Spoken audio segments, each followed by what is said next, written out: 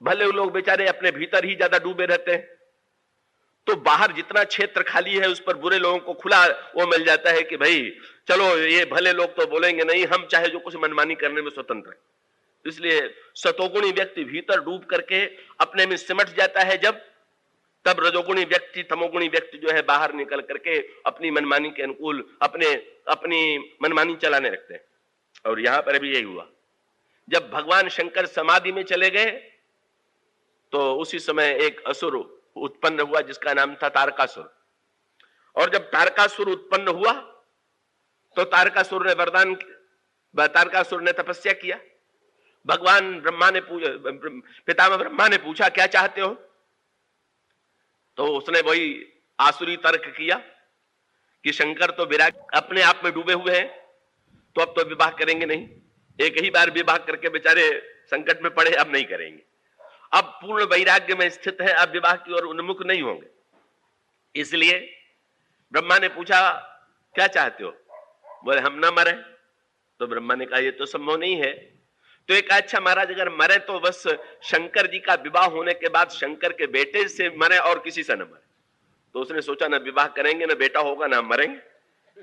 विवाह तो वो करता है जिसमें अपूर्णता की अनुभूति होती है, तो बहिरंग आवश्यकता का बोध होता है, तो वो अपनी अपूर्णता को पूर्ण करने के लिए व्यक्ति विवाह करता है। शंकर जी को क्या आवश्यकता है, तो पूर्ण विवाह करेगा नहीं और मेरा काम बना रहेगा। परिणाम क्या हुआ, तारकासुर भय तेहि काला, और ते सब लोकपति जीते, भय देव सुख संपत्ति रीते, अजर अमर सो जीत न जाई, हारे सर सुर करी विविध लड़ाई। और धनुज सब सन कहा बुझाई विध, धनुज निधन तब होए, शंभु शुक्र संभूत सुत, यही जीते रण सोए। शंकर का बेटा कब होगा, जब विवाह करे, जब अपने जीवन में काम को स्वीकृति दें, जब अंतर्मुखता को छोड़ करके बाहर की ओर निकलना स्वीकार करें। और तब गोस्वामी जी ने मानो कहा ये काम का देव पक्ष है, क्योंकि सृष्टि में जो सृजन है, बहुत सी जो कर्म करने की प्रेरणा है वो भी समाप्त हो जाती है अगर व्यक्ति के जीवन में काम का पूरा अभाव हो जाए। शिव के जीवन में काम नहीं है तो फिर बाहर देखने की भी प्रेरणा नहीं। इसलिए भगवान शंकर ने देवताओं से कहा किसी प्रकार से पठवहु काम, काहे के लिए, यही देव काम, पठवहु काम जाए शिव पाही, और करई क्षोभ शंकर मन माही। किसी प्रकार से शंकर जी के अंतःकरण में काम क्षोभ की सृष्टि करे। तो देखिए अंतःकरण की दो स्थिति है। क्षोभ का अर्थ है एक क्षोभ तो है विकृति मूलक, का दृष्टांत के रूप में दृष्टांत दे कि जैसे दूध की दो स्थिति, का दूध को आप जब उसमें जामन डाल के जमाते हैं तो दूध बदल गया, दही के रूप में परिणत हो गया। और वैसे भी कभी कभी आपने दही नहीं जमाया और गर्मी के कारण या खटास के कारण दूध फट गया, पर शब्द दोनों में दूध बदल गया, पर शब्द अलग अलग कहते हैं, एक ही शब्द नहीं कहते। अगर जम गया तो कहेंगे दही और उसको कहेंगे फट गया। वो फटने पर भी जमे हुआ दिखाई देता है, पर उसको फटना कहते हैं, उसको जमना कहते हैं। और उसका अभिप्राय क्या, विकार जब हमारे हृदय में फाड़ दे हमारे हृदय को तो ये दूध फटने जैसी बात है। और जब विकार को दही के जामन की तरह अंतःकरण में जमा करके उसको, जैसे दूध से भी दही सुपाच्य हो जाता है, जो दूध नहीं पचा सकते वो दही पचा सकते हैं, कैसी प्रकार से जहां पर काम की स्वीकृति है। तो इसका अभिप्राय कि शंकर जी के अंतःकरण को भाई दूध का हृदय, वैराग्य में जरा दही काम का जामन डाल दो, दही तो उत्पन्न हो। लोक मंगल के लिए शंकर जरा बाहर तो निकले, जरा विवाह तो स्वीकार करें। इसलिए वे आदेश देते हैं पठवहु काम जाय सो पाही, करई क्षोभ शंकर मन माही, और तब हम जाय शिवहि सिरनाई, करवाऊ विवाह बरियाई। एक बार शंकर जी के मन में क्षोभ आ जाए तो फिर हम लोग चल के प्रार्थना करेंगे, शंकर जी से अनुरोध करेंगे विवाह करने के लिए, और जब विवाह करेंगे तो तारकासुर की मृत्यु होगी। देवताओं ने काम की स्तुति की, ये काम की स्तुति वाला पक्ष है। ये काम जिस समय का देवता सब मिलकर के स्तुति करते हैं, और तब गोस्वामी जी ने कहा अस्तुत सुरन कीन बहु हेतु, तब प्रगटु विषम बान झक केतु, का उस समय काम प्रकट हो गया। काम जब प्रकट हुआ तो देवताओं की ओर देख के मुस्कुरा करके पूछा, ये राम को छोड़ करके मेरी याद आप लोगों को कैसे आ गई, मेरा स्मरण कैसे हो रहा है। तो वहां पर गोस्वामी जी ने लिखा है, श्री राम भी चेष्टा पहले कर चुके थे। श्री राम पहले भी आकर के शंकर जी का विवाह कराने की चेष्टा कर चुके थे। तो इसके पहले प्रसंग आता है, भगवान शंकर जब समाधि में थे तो एक दिन भगवान राम प्रकट हो गए, और भगवान राम जब प्रकट हुए तो शंकर जी ने नेत्र खोल दिया। तो भगवान शंकर को भीतर भी तो शंकर जी समाधि में राम को ही देख रहे थे, पर शंकर जी भगवान राम ये चाहते हैं कि शंकर भीतर ही मुझे न देखते रहे, बाहर भी देखें। भीतर देखेंगे तो मुझे ही देखेंगे, बाहर देखेंगे तो जरा औरों को भी तो देखेंगे, अन्य लोगों की समस्या पर भी तो दृष्टि डालेंगे। तो बाहर जब भगवान राम प्रकट हुए और शंकर जी ने नेत्र खोल दिया, तो शंकर जी से भगवान राम ने कहा कि आज मैं आपको दर्शन देने नहीं आया हूं, तब आज तो आपसे एक प्रस्ताव लेकर के आया हुआ। पहले तो भगवान राम ने कहा कि आप तो बहुत बढ़िया कथावाचक हैं, लेकिन आज मैं वक्ता बनूंगा और आपको कथा सुनाऊंगा। और तब भगवान राम कथावाचक बने और शंकर जी श्रोता बने। और भगवान राम जब कथावाचक बने तो शंकर जी ने, भगवान राम ने कथा कौन सी सुनाई? गोस्वामी जी ने लिखा, अति पुनीत गिरिजा के करनी, बिस्तर सहित कृपा निधि बरनी। पार्वती जी का चरित्र भगवान राम ने बड़े उत्साह से, बड़े प्रेम से, कैसे पार्वती ने जन्म लिया, कैसे तपस्या किया, कितना आपसे प्रेम करती हैं, कितना उदात्त और पवित्र चरित्र है, उनका वर्णन करने लगे। तो भगवान राम क्या चाहते थे कि कथा सुन करके जो कथा की प्रतिपाद्य वस्तु है उसके प्रति आकर्षण होगा। जब मैं पार्वती की प्रशंसा करूंगा तो पार्वती के प्रति इनके मन में राग उत्पन्न होगा। सो शंकर जी ऐसे श्रोता निकले कि बात उल्टी हो गई। पार्वती के प्रति तो आकर्षण हुआ नहीं, कथावाचक के प्रति हो गए। क्यों? कथावाचक के प्रति इसलिए हो गया कि उनको ये याद आ गई, अरे वाह, यही हमारे प्रभु हैं जिनकी कथा पार्वती जी ने पूर्व जन्म में सती रूप में सुनना पसंद नहीं किया था। कितने उदार हैं ये कि जिन्होंने इनकी कथा का तिरस्कार किया, स्वयं अपने मुंह से उनकी कथा सुना रहे हैं, इसलिए सबसे बढ़िया यही है। भगवान राम को लगा कि ये तो कथा का जैसा प्रभाव पड़ना चाहिए वैसा नहीं पड़ा, और तब उन्होंने कहा कि भाई अब अधिकार का प्रयोग करना पड़ेगा। शंकर जी से कहा कि आपसे बताइए हमारा नाता क्या है? शंकर जी ने कहा कि महाराज आप मेरे स्वामी हैं। तो प्रभु ने कहा इसमें विवाद, कुछ लोग ये कहते हैं कि मैं आपका स्वामी हूं, और कुछ लोग ये कहते हैं कि मैं आपका मित्र हूं, और कुछ लोग ये कहते हैं कि मैं आपका सेवक हूं। तुलसीदास जी ने भी, किसी ने पूछा कि शंकर जी और राम से क्या नाता है? तो उन्होंने कहा झगड़े में कौन पड़े, सेवक स्वामी सखा से पीखे तीनों। तो भगवान राम ने कहा कि भाई आज तो तीनों नाते की बात, तीनों के नाते के आधार पर मेरा एक ही प्रस्ताव है। क्या? कहने लगे कि आप अगर मेरे स्वामी हैं तो मैं अब विनती मम सुनो, मेरी विनती सुनिए। आप ये कहें कि नहीं मैं आपका स्वामी नहीं हूं, तो आप मेरे मित्र होंगे, तो जो मुंह पर निज ने हो, आपसे अगर प्यार मुझसे स्नेह करते हैं, पर अगर आप ये कहें कि नहीं नहीं मैं तो आपका मित्र बराबरी का नहीं हूं, मैं तो आपका सेवक हूं, तो भगवान ने कहा तब तो काम और बन गया। क्यों? बोले अब विनती मम सुनहु शिव, अगर स्वामी है तो विनती सुनिए, और अगर आप सेवक, अगर मित्र हैं तो फिर आप मेरे स्नेह की दुहाई है, पर अगर आप सेवक हैं तो फिर तो बड़ा मेरा अधिकार है। क्या? बोले जाई विवाह, तो मैं आपको आज्ञा देता हूं कि आप जाकर के, बोले जाई विवाह शैलजहि यह मोहि मांगे देहु। भगवान शिव बड़े संकट में, भगवान शिव संकट से जब भगवान राम स्वयं भिक्षा मांगे तो शंकर जी को कहना पड़ा, कह शिव यद्यपि उचित आस नाही, नाथ बचन पुन मेट न जाही, सिर धरि आय सुकरिय तुम्हारा, परम धर्म यह नाथ हमारा। तब भगवान शंकर ने कहा कि प्रभु यद्यपि मुझे तो अच्छा नहीं लग रहा है, पर आपकी आज्ञा सिर माथे। भगवान राम को पूरा संतोष नहीं हुआ। बोले सिर माथे मेरी आज्ञा रख लिया तो आज्ञा बोझ बन जाएगी, आज्ञा को सिर पर मत रखिए। तब अब उर राख्यो जो मैं कहूं, मेरी बात को हृदय में रखिए, सिर पर क्यों रख रहे हैं? क्या मैं कोई बोझ लाद रहा हूं क्या? तो शंकर जी को लग रहा है कि भाई हृदय तो स्वीकार कर नहीं रहा है, बुद्धि से आपकी बात माननी पड़ रही है। भगवान राम कहते हैं हृदय से मेरी बात मानिए। तो भगवान राम कह करके चले गए, पर उल्टी बात हो गई। शंकर जी ने हाँ तो कर दिया, पर हाँ कर देने से क्या होता है कि जैसे कोई हाँ कर दे और उसी बीच में कोई गहरा नशा पी ले, तो उसके बाद वो होश में हो तब ना उस बात को जिसको हाँ किया है उसका पालन करे। तो हुआ क्या? गोस्वामी जी ने कहा ऐसा कह करके भगवान राम जब अंतर्ध्यान हुए तो क्या किया शंकर जी ने? बोले अंतर्धान भय अस भाखी, तो शंकर सोई मूर्ति उर राखी।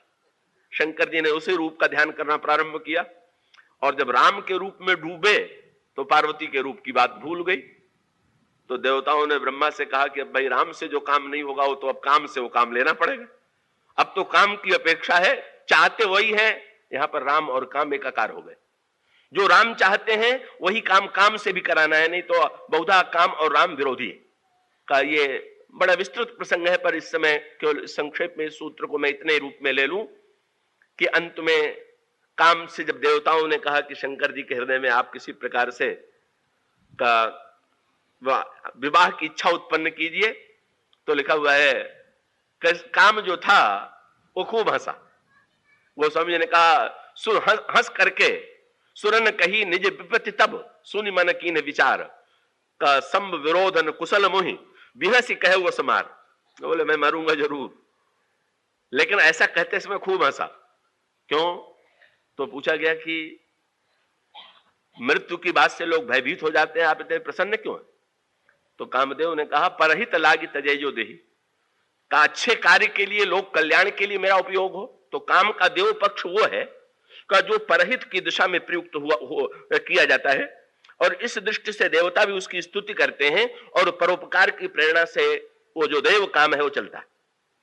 पर इतना होते हुए भी देव काम भी अगर नियंत्रित न हो, जैसा काम के इस प्रसंग में हुआ, क्या कि काम अगर शंकर जी पर आक्रमण करके शंकर जी के हृदय में ही विवाह की इच्छा उत्पन्न करे तो ठीक है। लेकिन काम जब चलने लगा तो काम ने सोचा कि मरना तो है ही, जरा एक बार अपना चमत्कार संसार को भी तो दिखला दे। बस ये जो वृत्ति है सारे संसार पर, सारे जितने अंतःकरण थे, ब्रह्मचर्य व्रत संयम नाना, धीरज धर्म ज्ञान विज्ञाना, सब है विवेक कटक सब भागा। सारे सद्गुण भाग खड़े हुए काम ने अपने चमत्कार को दिखाने की चेष्टा में। और उसका अभिप्राय कि एक शल्य चिकित्सक को छुरी भी चलानी चाहिए तो उतनी ही जितनी चलाने की आवश्यकता। केवल छुरी की तेजी दिखलाने के लिए अगर और वो तीव्र प्रहार कर दे तो फिर वो चिकित्सक नहीं रह गया। तो काम की देव वृत्ति में उच्छृंखलता यह है कि शिव पर आक्रमण करने के साथ साथ संसार पर आक्रमण करता है, और तब शंकर उसे जलाते हैं, और जला करके फिर 3 स्तरों में काम को बांट दिया जाता है। ये देव काम का, जिसकी विस्तृत चर्चा संभव नहीं है, वो 3 स्तरों में काम को जलाया, फिर जला करके जीवन दान दिया लोक कल्याण के लिए, और जीवन दान देने के साथ साथ उसे भगवान की दिशा में कृष्ण के पुत्र के रूप में जन्म लेने का आशीर्वाद दिया। ये देव काम। और असुर काम हुआ है मेघनाद। कौन? रामायण के जितने विशेष पात्र लंका के थे, उन्होंने रावण के द्वारा सीता जी के हरण का विरोध किया। पर अगर रावण के द्वारा सीता जी के हरण का किसी पात्र ने विरोध नहीं किया तो वो पात्र मेघनाद। और उसका अभिप्राय जहां राग मर्यादित है काम के द्वारा वहां तो ठीक, पर जहां परस्त्रीय हरण को भी पाप नहीं माना जा रहा है वहां तो आसुर काम आ गया। वो उच्छृंखल काम का सब लोगों को प्रतीत होता है कि रावण का कार्य अनुचित है, पर मेघनाद कहता है बिल्कुल नहीं, मेरे पिताजी का कार्य बिल्कुल ठीक। और उसका तो काम का दर्शन ही मेघनाद का था। काम ने तो, मेघनाद ने एक बार प्रतिपादन करते हुए कहा कि अर्थ धर्म काम मोक्ष में एक पूर्ण फल तो काम ही है, और तो सब व्यर्थ। क्यों? बोले अर्थ का सुख इसलिए अधूरा है कि आज संग्रह कीजिए, पता नहीं कब मिलेगा, सुख मिलेगा कि नहीं मिलेगा। बोले धर्म और मोक्ष तो उधार धर्म है, ये मोक्ष मरने के बाद मिलता है, पता नहीं मिलेगा कि नहीं मिलेगा। धर्म का फल स्वर्ग में मिलता है, पता नहीं मिलेगा कि नहीं मिलेगा। बोले प्रत्यक्ष तो केवल काम ही सुख है, इसी को प्राप्त किया जाना चाहिए। बस जहां ये आसुरी वृत्ति आ गई और उसके लिए मर्यादा का लेश नहीं रह गया, बस ये जो आसुर वृत्ति वाला काम है, जो श्रृंखलता अमर्यादा की लोक में सृष्टि करता है, जो मोह का पक्षधर बन करके उसके पक्ष से लड़ने आता है, ये काम घातक है। और इसी काम पर विजय प्राप्त करने की जो कला है हनुमान जी और लक्ष्मण के चरित्र के द्वारा प्रकट होती है। मां से आदेश लेकर आंजनेय वाटिका में प्रविष्ट होते हैं और उस वाटिका के मधुर फलों के द्वारा अपनी क्षुधा शांत करते हैं। पर वे इतने तक ही सीमित नहीं रहते, उस वाटिका को ध्वंस करने लगते हैं, और जब राक्षस उन्हें रोकने की चेष्टा करते हैं तो राक्षसों को विनष्ट कर देते हैं। समाचार रावण तक पहुंचता है। अक्षय कुमार के सेनापतित्व में सेना भेजी जाती है पर हनुमान जी के द्वारा सारी सेना विनष्ट कर दी जाती है। अक्षय कुमार भी मारा जाता है और तब अंत में रावण मेघनाद की ओर दृष्टि डालता है और मेघनाद को यह आदेश देता है कि तुम जाकर के उस बंदर को पकड़ ले आओ। उसे इतना विश्वास था कि मेरा पुत्र इतना शक्तिशाली है कि उस बंदर का वध भी कर सकता है, लेकिन ये अपनी जिज्ञासा प्रकट करता है, मैं स्वयं उस बंदर को अपनी आंखों से देखना चाहता हूं, इसलिए तुम उसे मारना मत, केवल बांध करके ले आना। मेघनाद रथ पर आरूढ़ होकर के लंका के सर्वश्रेष्ठ योद्धाओं के साथ अशोक वाटिका में जाता है। हनुमान जी समझ लेते हैं कि सचमुच एक दुर्धर्ष योद्धा, एक बराबरी का योद्धा सामने है। कब ऐसे अब तक हनुमान जी स्वयं अपनी ओर से आक्रमण नहीं करते थे। उन पर जब आक्रमण किया जाता था तो उस समय उस आक्रमण के प्रतिकार में वे अन्य राक्षसों का वध कर रहे थे, लेकिन मेघनाद के आने पर उनकी युद्ध शैली कुछ बदली हुई दिखाई देती है और वे कटकटाई गर्जा अरुधावा, कपि देखा दारुण भट आवा, कटकटाई गर्जा अरुधावा। हनुमान जी ने देखा कि ये तो दारुण योद्धा आया हुआ है, इस पर स्वतः अपनी ओर से ही आक्रमण करना चाहिए। ऐसा समझ करके वे गर्जना करते हुए मेघनाद की ओर दौड़ते हैं और एक विशाल वृक्ष के द्वारा मेघनाद का रथ नष्ट कर देते हैं। मेघनाद अपने बाणों के प्रयोग के द्वारा आंजनेय पर विजय प्राप्त करना चाहता है, लेकिन बहुत प्रयत्न करने पर भी इसमें उसे सफलता प्राप्त नहीं होती। तो ये जो हनुमान जी और मेघनाद का युद्ध है, जैसा कि कल आपके सामने प्रसंग रखा जा रहा था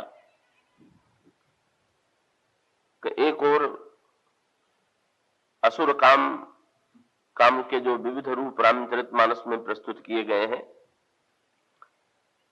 एक देव काम है जिसका लोक मंगल के लिए देवताओं ने उपयोग किया, और दूसरा ये लंका का काम है।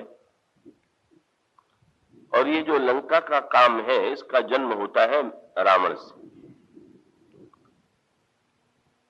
तो इसका तात्पर्य ये हुआ कि काम के ऊपर काम की प्रेरक दो वृत्तियां हो सकती हैं। एक तो काम की प्रेरक वृत्ति धर्म भी है। इसलिए गीता में भगवान कृष्ण ये कहते हैं, धर्म के अविरुद्ध काम में ही हूं। ऐसा कह करके उन्होंने ये संकेत किया कि एक काम वह है जो धर्म के द्वारा नियंत्रित है और जिसका उद्देश्य लोक में सृष्टि का निर्माण है, सौंदर्य की सृष्टि है। तो ये तो धर्म के द्वारा नियंत्रित काम। पर दूसरी ओर एक ऐसा काम है कि जिसका प्रेरक रावण है, रावण जिसे जन्म देता है। और ये जो मेघनाद है ये रावण के आदेश का पालन करता है। तो इसका अभिप्राय है कि वो काम जिसके मूल में मोह की वृत्ति, भोग की ही वृत्ति है, का भगवान शंकर जब काम को स्वीकार करते हैं तो उस काम की स्वीकृति में भी का इसी की ओर इंगित किया गया कि वहां काम के की स्वीकृति भी जो है तो इस लोक कल्याण की प्रेरणा से है कि पार्वती जी का पाणी ग्रहण करने से जिस पुत्र का जन्म होगा वो तारकासुर जैसे दैत्य का वध करके संसार को इस आतंक से मुक्त दे सकेगा। तो यहां पर जो काम की स्वीकृति है कि इसके मूल में धर्म है, विवेक है, लोक कल्याण की भावना है। पर लंका में जिस काम का वर्णन किया गया है, जिसका प्रतीक मेघनाद है, मोह दश मौलित व्रात अहंकार पाकार जित काम विश्रामहारी कह करके विनय पत्रिका में गोस्वामी जी जिसके प्रतीकात्मक रूप की ओर संकेत करते हैं कि ये तो मोह के द्वारा नियंत्रित, मोह के द्वारा प्रेरित, और उसका अभिप्राय है कि यहां पर केवल मात्र भोग वासना, केवल उच्छृंखलता ही इस काम का दुष्परिणाम, काम का स्वरूप। तो वो जो देव काम है का उसमें भी अनियंत्रण आ जाने की बात लिखी गई है, और उसे भी भगवान शंकर को नियंत्रित करना पड़ा। पर ये जो लंका का काम है, ये तो नियंत्रित होने वाला काम है ही नहीं, ये तो पूरी तरह से उच्छृंखल काम है, कैसे तो पूरी तरह से विनष्ट करना। तो इस काम के विरुद्ध संघर्ष के लिए रामचरितमानस के दो पात्र हैं। यहां अशोक वाटिका में हनुमान जी के द्वारा हनुमान जी और मेघनाद का युद्ध होता है, और इसमें बहुत प्रयत्न करने पर भी मेघनाद हनुमान जी पर विजय प्राप्त करने में सफल नहीं होता है। हनुमान जी का स्वरूप ब्रह्मचर्य और वैराग्य का है। हनुमान जी एक ब्रह्मचारी के रूप में पुराण में, इतिहास में प्रसिद्ध है ही, और उसके साथ साथ विनय पत्रिका में गोस्वामी जी कहते हैं कि वे वैराग्य के घनीभूत रूप है। प्रबल वैराग्य दारुण प्रभंजन तनय दुष्ट बन दहन मोधु में केतु। तो ब्रह्मचर्य और वैराग्य के स्वरूप पर भी आइए थोड़ा विचार कर लें। ये जो हनुमान जी के चरित्र में ब्रह्मचर्य है, ब्रह्मचर्य शब्द तो बड़ा प्रचलित है, लेकिन समाज में ब्रह्मचारी शब्द से जिस प्रकार का एक चित्र हमारी आंखों के सामने आता है, उसके साथ जो एक रूढ़ भावना बनी हुई है, का वो रूढ़ भावना केवल बहिरंग है, का तात्विक दृष्टि से उसका वास्तविक रूप वो नहीं। का ब्रह्मचारी शब्द का जब प्रयोग करते हैं तो हमारे यहां जो आश्रमों का विभाजन किया गया है, तो उस आश्रमों के विभाजन में प्रथम आश्रम ब्रह्मचर्य ही है, जहां पर विद्यार्थी यज्ञोपवीत के पश्चात का दीक्षा ग्रहण, गायत्री मंत्र की दीक्षा ग्रहण करता है, और जब वो वेदों का ज्ञान प्राप्त करने की चेष्टा करता है, उपनिषदों का ज्ञान प्राप्त करने की चेष्टा करता है, उस समय जिस संयमित जीवन को वो स्वीकार करता है, उसे उस समय हम कहते हैं ये आश्रम ब्रह्मचर्य आश्रम है, और इस प्रकार के जीवन को स्वीकार करने वाला ब्रह्मचारी। और इसके पश्चात ब्रह्मचारी जीवन के बाद जब ब्रह्मचारी जीवन में वो क्षमता का, ज्ञान का संचय कर लेता है, तब वो जीवन में भोगों को स्वीकार करने के लिए भी स्वतंत्र है, और तब गार्हस्थ जीवन में प्रविष्ट होकर के कब वो धर्म पूर्वक काम को स्वीकार करता है। तो ब्रह्मचारी के रूप में काम की यह स्वीकृति है, और गार्हस्थ जीवन में तो फिर से नियंत्रित धर्म के द्वारा उसकी पुनः स्वीकृति। जब वो पेट खाली हो और तब भोजन नहीं करे तो समझ में आ सकता है कि उसको भोजन की ओर आकर्षण नहीं, और भरे पेट में यदि ऐसा कहे तो उसको उसके कहने में कोई उसका सही अर्थ ही नहीं। तो नारद की स्थिति क्या है? नारद की काम पर विजय माने क्या होता है? का कोई व्यक्ति काम पर विजय कैसे प्राप्त कर लेगा? इसका तात्पर्य यह है कि राम का आश्रय लिए बिना काम के स्थान पर कोई होना चाहिए, और वो होना चाहिए काम से भी श्रेष्ठ। काम में जो कुछ है का वो सारा का सारा आकर्षण तो जिसमें विद्यमान हो, पर काम में जो त्रुटियां हैं, काम में जो दोष है, वो जिसमें विद्यमान न हो का तो राम है। और उसका अभिप्राय क्या कि अगर किसी को काम आकृष्ट नहीं करता तो उसकी विशेषता यह है कि उसको राम का आकर्षण प्राप्त हुआ होगा, राम का रस प्राप्त हुआ होगा। अगर किसी व्यक्ति को चिर तृप्ति प्राप्त हो गई है, अगर वो केवल भौतिक पदार्थों के द्वारा अपने मन की प्यास और मन की भूख को मिटाने के लिए व्यग्र नहीं है, जैसा कि गोस्वामी जी विनय पत्रिका में ये हनुमान जी के ही संदर्भ में, हनुमान जी का जो संदर्भ है गोस्वामी जी का है, जहां गोस्वामी जी भगवान राम के द्वार पर सवेरे सवेरे खड़े, गोस्वामी जी भी कहे, हनुमान जी भी कहते हैं, सुनो मां तुम्हें अतिशय भूखा, मैं अत्यंत भूखा हूं। तो मां कह सकती है कि अब सवेरे सवेरे तुमको भूख लग गई। हनुमान जी ने कहा, मैं जो कई दिन का भूखा हूं, क्या वो सवेरा और शाम देखेगा क्या? यहां तो जन्मजात भूखा हूं। ऐसी भूख लगी कि मैं सूर्य कोई फल समझ करके निगलने चला, सो मेरे ऊपर तो वज्र का प्रहार हुआ, सो उस बार तो भूख मिट नहीं पाई। तो अब जो भूख मेरी जन्मजात भूख है, जिस क्षुधा को मिटाने के लिए मैं प्रारंभ से प्रयत्नशील रहा, अब आपके सन्निकट पहुंच करके भी अगर वो क्षुधा शांत नहीं होगी तो कहां शांत होगी? तो इसका संदर्भ क्या हुआ? का वस्तुतः श्री सीता मूर्तिमती भक्ति है। हनुमान जी अपनी भूख, हनुमान जी भी भूख है, और जितने संसार में कामी है वो भी भूख है, ब्रह्मचारी भी भूखा है। ऐसा तो कोई व्यक्ति ही नहीं है कि जिसमें शरीर मन बुद्धि में भूख न हो। पर इतना होते हुए भी बस अंतर इतना ये है कि उस भूख को मिटाने के लिए किस वस्तु का प्रयोग करता है, किस माध्यम का प्रयोग करता है।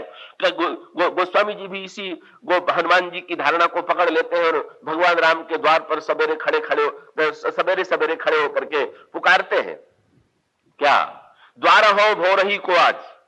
महाराज सवेरे सवेरे आपके द्वार पर एक भिखारी खड़ा है। भगवान ने पूछा काहे के लिए? बोले रटत रिरिहा, महाराज रिरिया रहा हूं। गोस्वामी जी में दैन्य की वृत्ति बड़ी प्रबल थी। ये जो दैन्य की वृत्ति है का इस गोस्वामी जी के चरित्र में होना बड़ा स्वाभाविक था।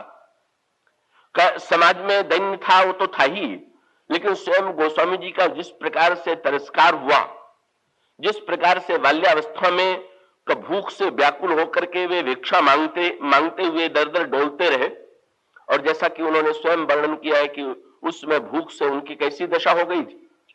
तो गोस्वामी जी की भूख से ऐसी दशा हो गई थी कि उन्होंने एक पंक्ति में कहा, 4 फल मांगो बस 4 ही चनक। अगर मुझे थोड़ा सा कोई चने का दाना दे देता था तो मुझे लगता था कि मुझे सब कुछ प्राप्त हो गया। तो जो बाल्यावस्था में जिनके मां की मृत्यु हो गई हो, का जिनके पिता ने परित्याग कर दिया हो, दासी की मृत्यु हो गई हो, समाज में जिसे कोई पूछता न हो, जो चारों ओर से तिरस्कृत हुआ हो, और जिसको इतना अभागा समझ लिया गया हो। अब गोस्वामी जी जब किसी के द्वार पर जाके खड़े हो जाते थे तो वो सोचता था कि इस अभागे के लड़के को सवेरे सवेरे देख लिया तो पता नहीं दिन कैसा बीतेगा। जिन्होंने इतनी अपमान की वृत्ति सही का उन गोस्वामी जी में दैन्य कहा जाना अस्वाभाविक नहीं, वो तो स्वाभाविक ही। लेकिन उस दैन्य को जो उन्होंने दिशा दी, ये बड़े महत्व की बात। इसका तात्पर्य यह है कि दैन्य की वृत्ति नहीं होनी चाहिए। कि ये तो ठीक ही है, मनुष्य में तेजस्विता की वृत्ति, लेकिन अगर दैन्य की वृत्ति हो और वो दैन्य की वृत्ति समाज उस पर बलात् लाद दे तो उसका क्या उपयोग है? दैन्य की वृत्ति का त्याग कैसे हो? जो गोस्वामी जी के चरित्र में यही पक्ष दिखाई दे रहा है। गोस्वामी जी के चरित्र में इस दैन्य का सदुपयोग क्या है? उस दैन्य को उन्होंने दिशा दे दी। और वो दैन्य की दिशा क्या है कि एक और तो गोस्वामी जी के जीवन में इतनी दीनता का पक्ष, और उनके पदों में भी दीनता पंक्ति पंक्ति में परिलक्षित होती है।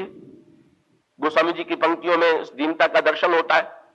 लेकिन इतना होते हुए भी गोस्वामी जी के चरित्र में एक दूसरा पक्ष भी है कि वे स्वभाव के इतने अक्खड़ भी, उनके काव्य में जो उनकी पंक्तियां आती हैं उसमें पता चलता है कि किस प्रकार से उन्होंने समाज में किसी की चिंता भी नहीं की।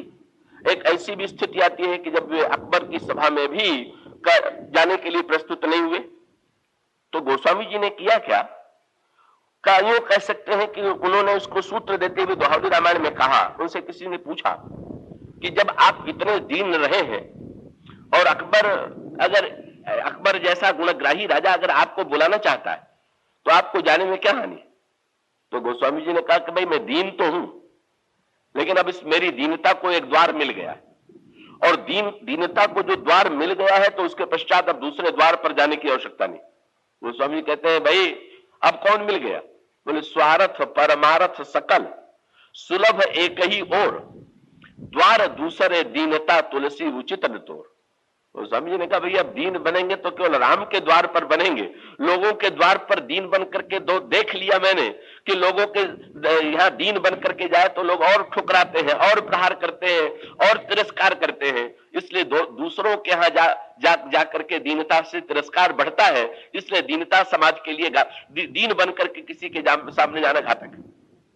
पर बोले मुझे पता चल गया है कि एक ऐसे व्यक्ति भी जो है कि जो दीन का तिरस्कार नहीं करते, जो दीन से प्यार करते, जो दीन से प्यार ही नहीं करते, दीन को सम्मान देते हैं।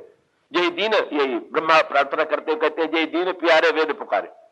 तो गोस्वामी जी कहते हैं तो मैं अपनी दीनता को उसी दिशा में मोड़ता हूं, अपनी दीनता में उसके सामने निवेदन करता हूं